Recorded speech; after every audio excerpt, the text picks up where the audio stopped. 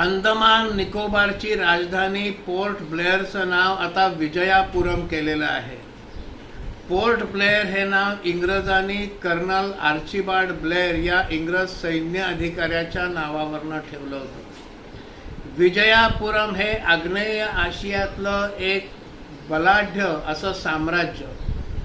चोल राजांसोबत कधी त्यांची मैत्री झाली, कधी त्यांचं युद्ध झालं, पण या विजयापुरम साम्राज्याचे व्यापारी संबंध हे भारतासोबत होते।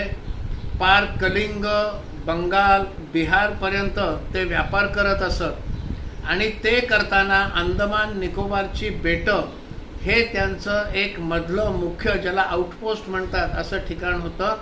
त्यावरून आता विजयापुरम असं नाव केलं गेलेलं आहे। स्वतंत्र झालेल्या देशात स्वतंत्र देशाच्या अस्मिता जपणारीच नावं असली पाहिजेत, या बदलाचं